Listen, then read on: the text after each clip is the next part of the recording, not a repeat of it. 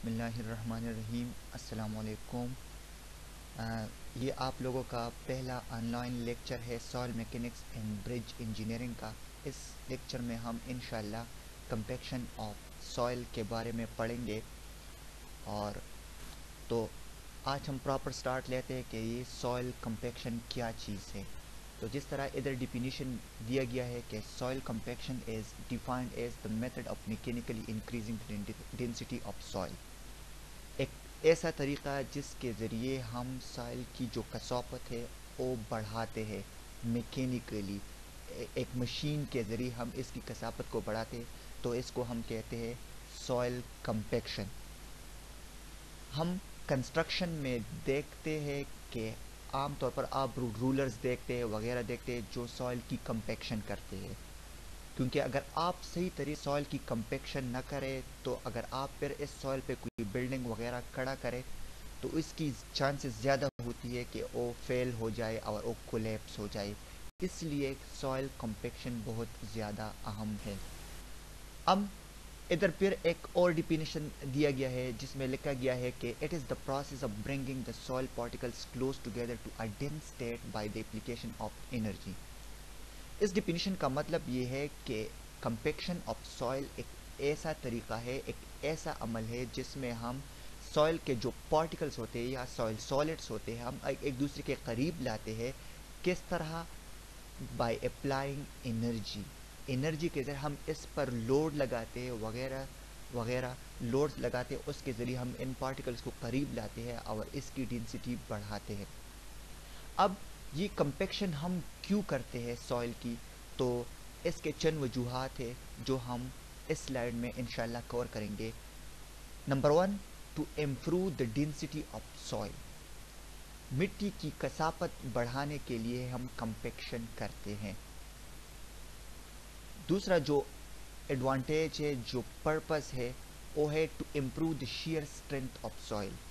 Compaction of soil के ज़रिए हम मिट्टी की जो shear स्ट्रेंथ होती है वो बढ़ाते हैं।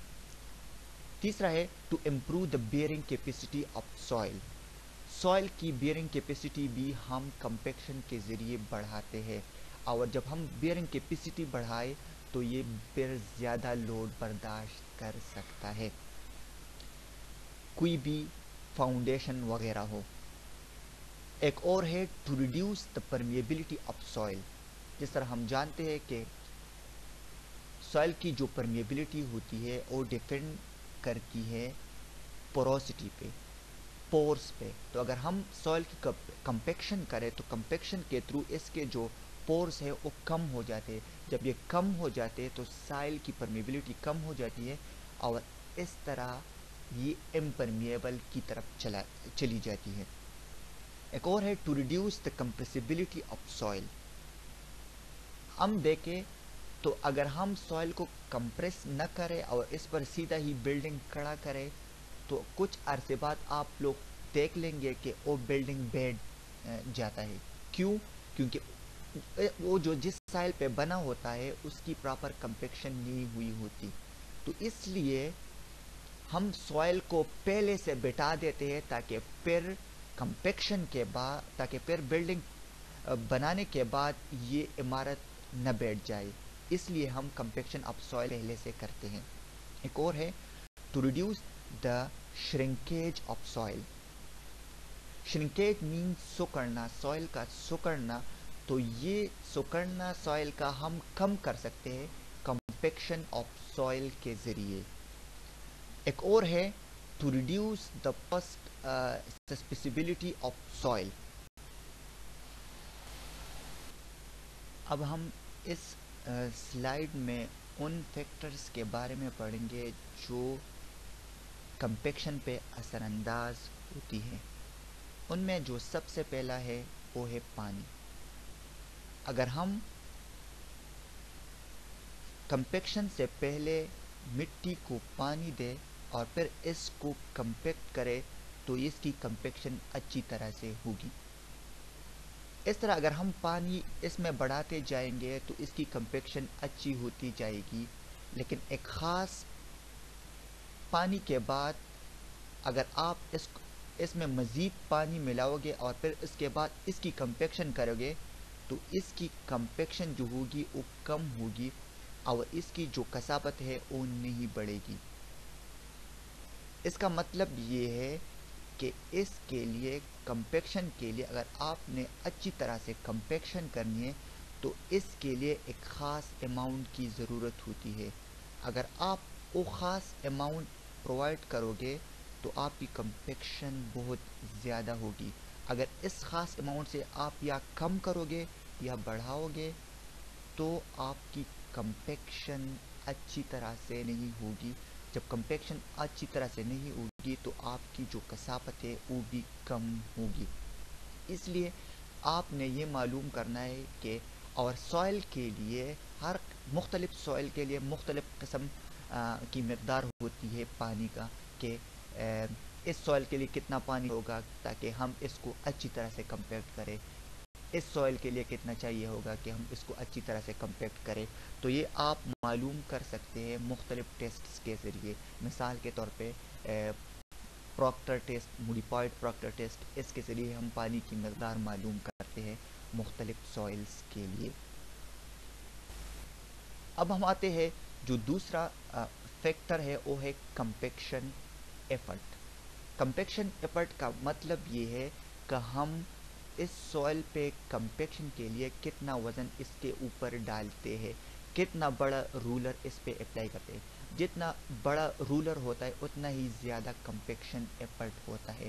تو اگر ادھر آپ دیکھیں تو کمپیکشن ایفرٹ کیا چیز ہوتی ہے؟ یہ انرجی ہوتی ہے پر یونٹ والیوم. اگر آپ کمپیکشن ایفرٹ بڑھاؤ گے، کمپیکشن ایفرٹ بڑھانے کا مطلب یہ ہے آپ رولر زیادہ ٹائم کے لیے استعمال کرو گے یا آپ بڑا رولر استعمال کرو گے تو آپ کی کمپیکشن ایفرٹ زیادہ ہوگی. جب کمپیکشن ایفرٹ زیادہ ہوگی تو آپ کی جو کمپیکشن ہوگی وہ زیادہ ہوگی، اور کمپیکشن جب زیادہ ہوگی تو آپ کی جو کثافت ہے، اسٹرینتھ ہے وغیرہ سوئل کی وہ بڑھے گی. اور اسی طرح اگر کمپیکشن ایفرٹ بڑھاؤ گے تو زیادہ ڈینسٹی، زیادہ کثافت حاصل کرنے کے لیے آپ پھر کم پانی سے بھی حاصل کر سکتے ہیں اگر کمپیکشن ایفرٹ بڑھاؤ گے. اگر کمپیکشن ایفرٹ کم ہوگی مینز آپ چھوٹا رولر استعمال کرو گے تو پھر اس کے لیے جو ایک خاص پانی کا مقدار ہوتا ہے وہ پھر زیادہ ہوگا. مطلب یہ ہے کہ کمپیکشن ایفرٹ اور یہ آپٹیمم موئسچر کنٹینٹ یہ ایک دوسرے کے انورسلی ریلیٹڈ ہے. اگر ایک بڑھاؤ ہے تو دوسرا کم ہوتا جائے گا، اگر دوسرا کم ہوتا جائے گا تو دوسرا بڑھے گا، اس طرح. اب آتے ہیں جو تیسرا فیکٹر ہے جو کمپیکشن پہ اثر انداز ہوتی ہے وہ ہے سوئل ٹائپ. کس قسم کی سوئل ہے؟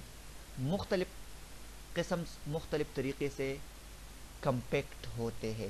مثال کے طور پہ اگر آپ ریت دیکھیں، ریت تو ریت کی جو کمپیکشن ہوتی ہے وہ آسان ہوتی ہے، وہ بہت جلد ہوتی ہے. لیکن اگر آپ اس کی بجائے چکنی مٹی لے، کلے لے لے تو اس کی جو کمپیکشن ہوتی ہے وہ جلد نہیں ہوتی، وہ آہستہ آہستہ ہوتی ہے. تو اس کا مطلب یہ ہے کہ کمپیکشن کا جو عمل ہے وہ سائل ٹائپ پہ بھی اثر انداز ہوتی ہے کہ سوئل ٹائپ کیا ہے. اگر سوئل ٹائپ پھر سے بتا رہا ہوں ریت ہے تو جلدی ہوگی کمپیکشن، اگر سوئل ٹائپ کلے ہے تو جلدی نہیں ہوگی، یہ ٹائم لیں گے.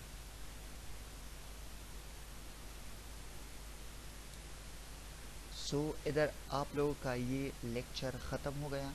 انشاءاللہ پھر ملیں گے. Stay safe, stay at home. Thank you. السلام علیکم.